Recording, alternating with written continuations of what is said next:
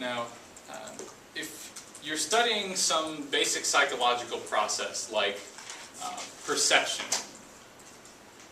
that is assumed to occur in pretty much the same way in all people, then you don't need to worry as much about the nature of your sample. As long as you have psychologically healthy individuals, then they should be pretty representative if the processes that you're studying do in fact happen in similar ways in all people, or in most people. And so for those types of studies, you can usually rely on those processes of replication that we've talked about before. So what did replication involve?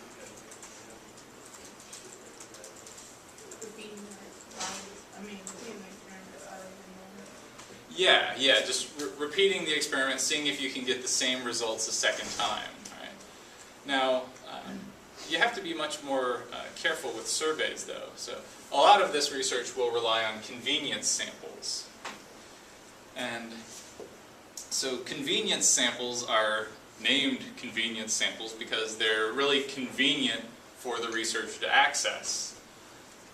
So a lot of times, convenience samples will consist of undergraduate students, particularly students who are enrolled in freshman psychology classes. So, how many of you took the Psych 1000 course here at ECU? Okay, so about half of you.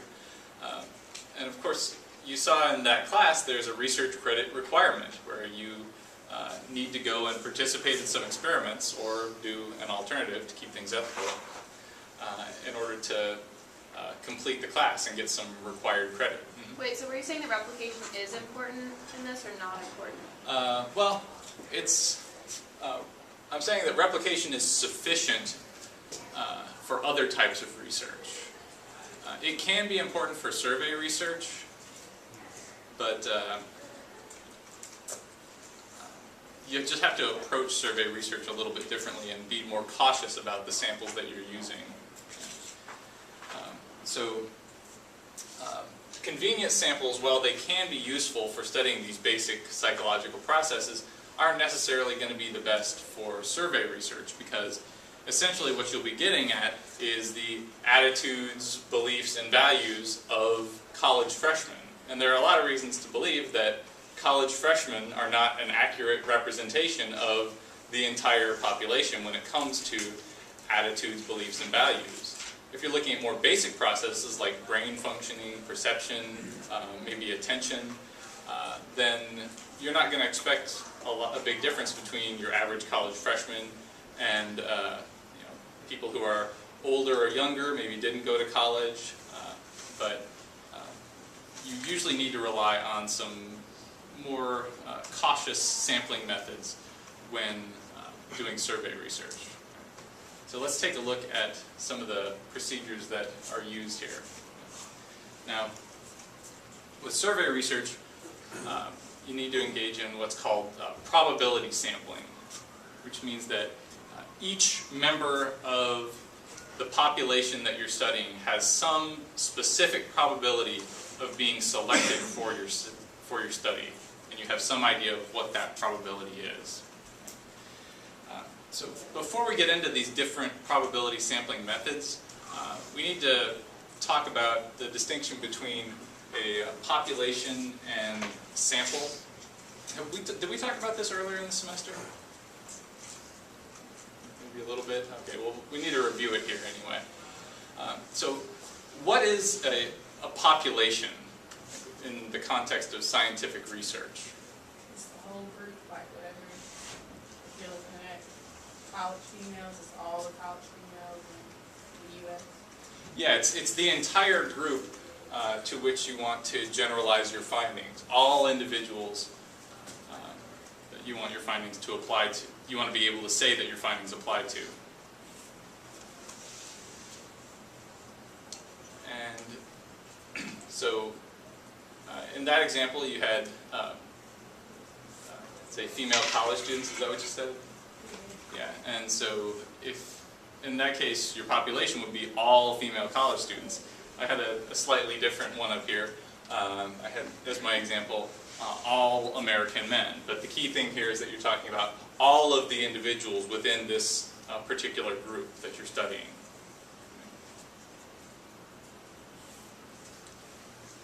And so, what's the sample going to be in the context of survey research? A representative portion of your entire population. Right, it's a portion of the population, but more specifically for survey research, it's going to be the people who actually completed your survey. It's not going to be possible or practical to survey all American men. It would just be way too expensive, way too difficult, and you just wouldn't be able to do it. And so you might just draw a sample of 30 American men.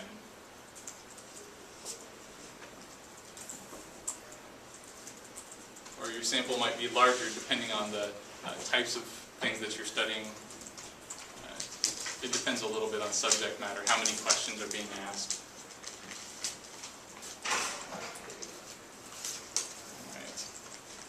And there was a key word that you said in there, representative. Right? And so that's the next thing we're going to talk about is, what does it mean to say that a sample is representative? Because at this point we've made the distinction between a population and a sample. But just because you draw a sample doesn't necessarily mean that it's representative, right? When you're asking about is a sample representative, what you're asking is, does the sample accurately represent the population? Do the characteristics of the sample resemble the characteristics of the population?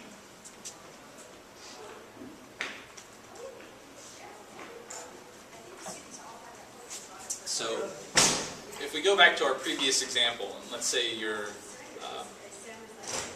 population is all American men. Well, what types of things what types of variables would you look at to make sure that your sample is actually representative of all American men? What types of things would you want to see that are similar between the population and the sample? Race. Right. Yeah, so similar distribution of race, right? Age. Age. Because you'd have to have an operational definition of what age range men were. Yeah, so we said all American men before, but usually researchers limit themselves a little bit more, and they might say all American men age 18 to 30, and that way they would just make sure that their sample consists of American men age 18 to 30, and in distributions that are similar to what you see in the actual U.S. population. Okay. Anything else you can think of that you would want to make sure is similar between population and sample? Social background, education level. Yeah, so all these things that we've talked about before as subject variables, right? These things that are important characteristics that people possess, age, race, socioeconomic status, education, that the researcher can't really manipulate, but they're still pretty important to predicting behavior.